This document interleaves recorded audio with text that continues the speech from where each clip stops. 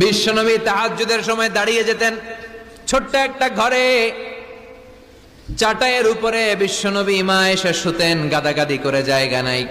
মাঝরাতে বিশ্বনবী তাহাজ্জুদের জন্য দাঁড়াতেন, আল্লাহু আকবার বলে দাঁড়িয়ে যেতেন, নামাজ শুরু করে দিতেন।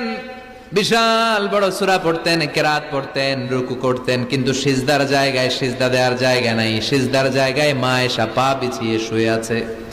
বুখারীর বর্ণনা, বিশ্বনবী সিজদায় যে হাত দিয়ে মা এসার পায়ের মধ্যে চিমটি কাটতেন, মা এসা বুঝতে পারতেন বিশ্বনবী এখন সিজদায় যাবে। সুবহানাল্লাহ পড়েন। মা এসা বুঝতে পেরে পা দুইটা সরিয়ে নিতেন, বিশ্বনবী সিজদা দিতেন। সিজদা দিয়ে বিশ্বনবী যখন আবার দাঁড়িয়ে যেতেন, মা আয়েশা পা বিছিয়ে আবার শুয়ে পড়তেন। কি ইবাদত ছিল বিশ্বনবীর! হাত্তা তাতাওয়াররামু খাদামা। মা আয়েশা বলতেন বিশ্বনবী দাঁড়িয়ে থাকতে থাকতে এত সময় ধরে তাহাজ্জুদের সালাত পড়তেন, ওনার পা গুলো ফুলে এরকম টিউমারের মতো মোটা হয়ে যেত। সুবহানাল্লাহ পড়বেন না? দাঁড়িয়ে থাকতে থাকতে বিশ্বনবীর পা গুলো টিউমারের মতো মোটা হয়ে যেত। প্রথম রাকাতে বাকারা, আলে ইমরান পড়ে ফেলতেন। সুবহানাল্লাহ পড়েন। বিশ্বনবীর পা যেন ফেটে যাবে, এভাবে হাত বেঁধে দাঁড়িয়ে থাকতে থাকতে বিশ্বনবীর হাতগুলো বাঁকা হয়ে যেত, ব্যথা হয়ে যেত। বিশ্বনবী তখন হাত দুইটা ছেড়ে দিতেন।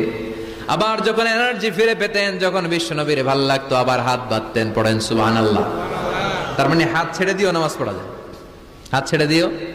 মালিকি মাযহাবের কিছু স্কলাররা ওনারা মত নিয়েছে, ওনাদের অনুসারীরা এরসাল করে, আমাদের দেশে কেউ বাদে এইভাবে, কেউ এইভাবে, কেউ এইভাবে। মালিকিরা বাদেই না, কেউ বাদবই না, কি করবি কর।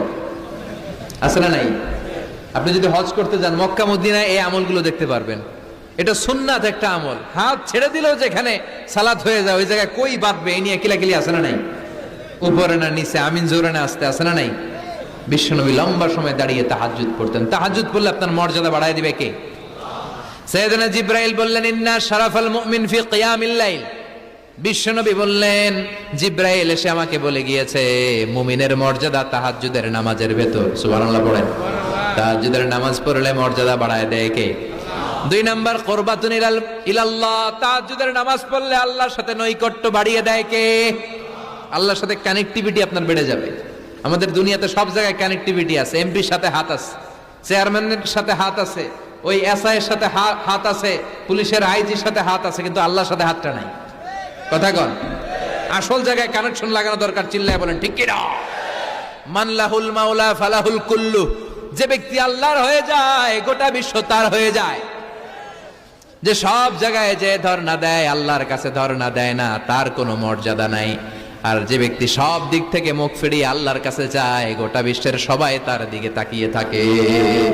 এজন্য সম্পর্কটা লাগাইতে হবে কোন জায়গায়? তার মানে তাহাজ্জুদ পড়লে মর্যাদা বেড়ে যায়, আল্লাহর সাথে সম্পর্ক বেড়ে যায়। বিশ্বনবী বললেন মানহাতুনা আনিল ইসিম। তাহাজ্জুদের নামাজ পড়লে তাহাজ্জুদের নামাজ আপনারে পাপ কাজ থেকে বাধা দিবে। সুবহানাল্লাহ পড়েন। তাহাজ্জুদ যারা পড়ে এরা পাপ কাজ করে না। চিল্লায় কোন ঠিক কিনা? 4 নম্বরে মুকাফফিরাতুন লিসাইয়্যাত। পাপ আর অন্যায় যদি কিছু হয়েও থাকে, তাহাজ্জুদের নামাজ পড়লে তাহাজ্জুদের নামাজ পাপগুলোরে ধুয়ে মুছে সাফ করে দেয়। এজন্য তাহাজ্জুদ পড়ার দরকার আছে না নাই? ঘুমের আরবিতে কিছু নাম আছে। ঘুমের একটা নাম হচ্ছে আন-নুআস। নুআস মানে ড্রোজিনেস। বাসে বসে আছেন, বাসও ঝুলে আপনিও ঝুলতেছেন, এরকম হয় না? ঝিমুনি, এটার বলে নুআস। আরেকটা হচ্ছে সামান্য হালকা লাইট স্লিপ, সামান্য ঘুম, এটার বলে পাওয়ার ন্যাপ। হালকা হালকা ঘুম, ঘুমও আসছে, আবার কে যেন কথা বলে ওইটাও শোনা যায়, এরকম ঘুম আছে না নাই? এটার বলে সিনা। আরবিতে এটার কি কয়? সিনা। আরেকটা হচ্ছে ভালো ঘুম, এটার বলে নাউম। এটার কি বলে? তাহলে পাইলাম নুআস, সিনা, নাউম। আরেকটা হচ্ছে জন্মের ঘুম। কিরকম ঘুম? এমন ঘুম যেই ঘুমে ডাকলেও মানুষ উঠে না, যেটা শেষ রাতে আমাদের যে ঘুমটা হয়, রাত 3টা 4টার দিকে কম্বল টেনে টেনে আরেকটু ঘুমাইতে মনে চায়, এরকম একটা ঘুম আছে না নাই? এই ঘুমটাকে আরবিতে বলে হুজুদ। কি বলে? সবাই বলেন। এই হুজুদের ঘুমকে স্যাক্রিফাইস করে ওই টাইমে যে সালাতটা পড়া হয়, ওই সালাতকে আরবিতে বলে সলাতুল হুজুদ বা সলাতুত তাহাজ্জুদ। সুবহানাল্লাহ পড়বেন না? এজন্য রাব্বুল আলামিন বলেন ওয়া মিনাল লাইলি ফাতাহাজ্জাদ বিহি নাফিলাতান লাকা আসা আন ইয়াবআসাকা রাব্বুকা মাকামান মাহমুদা। ও নবী, রাত্রিবেলা দাঁড়িয়ে আপনি তাহাজ্জুদের নামাজ পড়েন, আশা করা যায় বিশাল সম্মানিত মহিমান্বিত জায়গায় আল্লাহ আপনারে বসায় দিবে গো নবী। ঠিক কি না?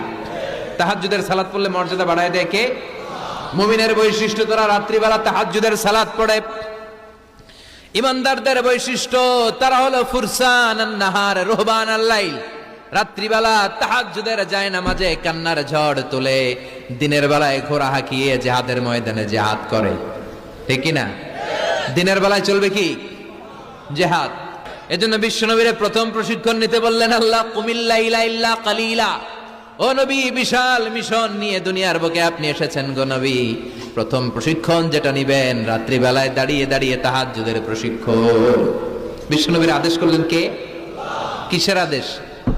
সবাই কন আরো জোরে।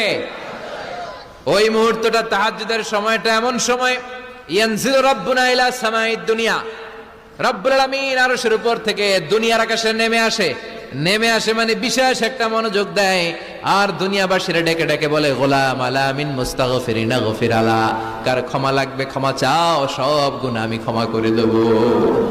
আলা মিন মুস্তারজিকিন আরজুকালা, কার কি লাগবে আমার কাছে চাও, সব আমি দিয়ে দেব। আল্লাহু আকবার। আলা মিন মুস্তাকসিন আকসুলা, যার জামা দরকার জামা চাও, জামা দেব। ক্ষমতা দরকার ক্ষমতা চাও, ক্ষমতা দেব। নেককার স্ত্রী দরকার, নেককার সন্তান দরকার, সন্তান চাও, সন্তান দেব। সব দেয়ার মালিক কে? কেউ যেটা পারে না পারে কে? কেউ যেটা দেয় না দেয় কে? কেউ যেটা বোঝে না বোঝে কে? আল্লাহ শেষ রাতে আম করে ডাকে, দেয়ার জন্য ডাকে, কিন্তু চাওয়ার সময় আমাদের নাই। উনি দেয়ার জন্য প্রস্তুত, কিন্তু এটা তো নেওয়ার লোক লাগবে। কথা কন। তাহাজ্জুদের যায় না মাঝে মরণ দিও প্রভু আমায়, একামতে দিনের কাজে কবুল করে নিও আমায়। তাহাজ্জুদের যায় না মাঝে মরণ দিও প্রভু আমায়, একামতে দিনের কাজে কবুল করে নিও আমায়। পড়েন আমিন।